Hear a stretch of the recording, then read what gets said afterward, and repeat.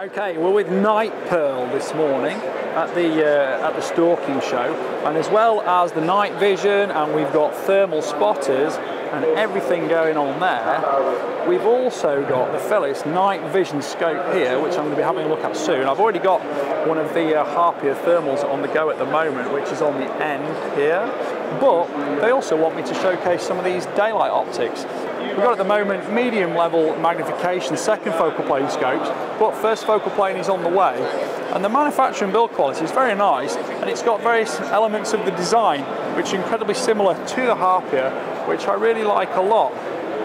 Got nice soft ergonomic controls, easy to use zoom collars, and everything's grippy, and the mechanics are very stable too, so that when I pop that cap off there,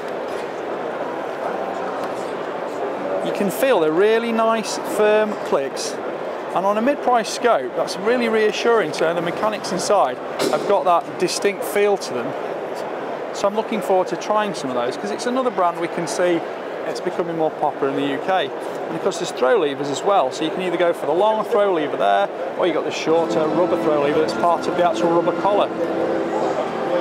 And with Night Pearl, looking at some of the thermal spotters, this is not released yet, but it's going to be a few weeks away. This is the Alor 35 Max 2, and this has got some quite innovative features. It's a magnesium body, you've got an entirely soft touch finish, lens cap on the front, nice big focus collar, back end is here, we've got an ambidextrous eye cut, either eye, either hand. And the other thing I really like about this is it's got, well, it looks like it's an integral battery, but of course its battery's actually within the scope.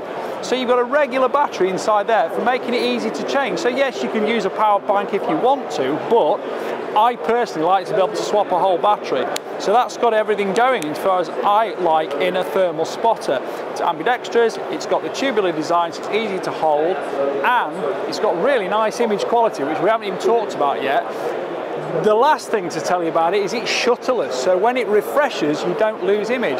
It refreshes the screen, refreshes the sensor without that shutter, so we've got that awesome capability. And I think this is what I'm going to like seeing, because that soft touch finish overall also makes it very tactile, very assured in your hand, because these are small, compact, easily lost items. I know we're pretty careful with them, and I certainly put a lanyard on mine, but having that tactile capability and a little bit more grip just means you're less likely for it to slip out your hand, get muddy on the floor, anything like that. And I'm really keen to see one.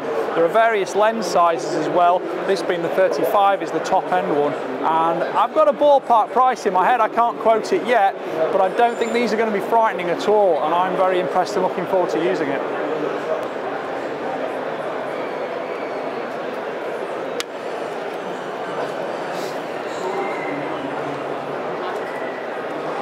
I have decided I am definitely having one of these game simulators, because the price of the headsets has come down quite a lot, and it's just something I've wanted one for ages. Every time I use one I love it, and I'm having one of my own now. I've done the deal.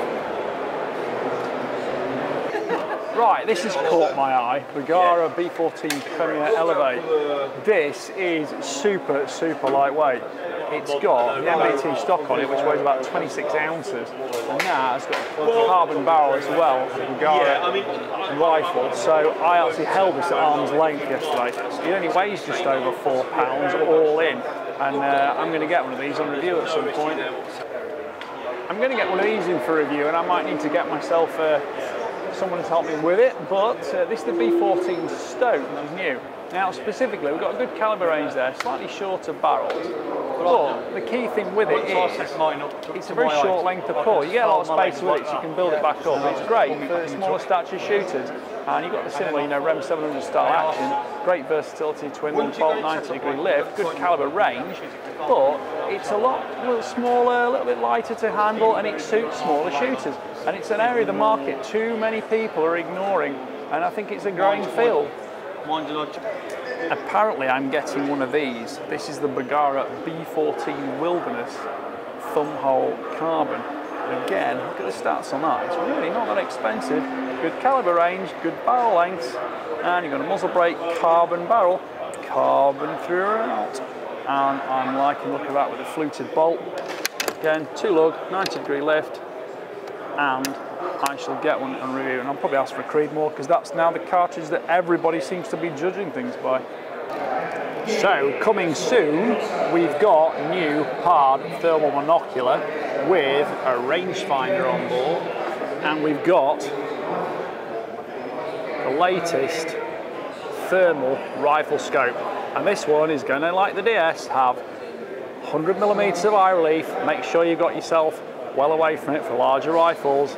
And we've got focusing and adjustment for magnification all up front here, which is going to keep everything ergonomically totally at your fingertips. So these are the brochure details of the new Pard Leopard.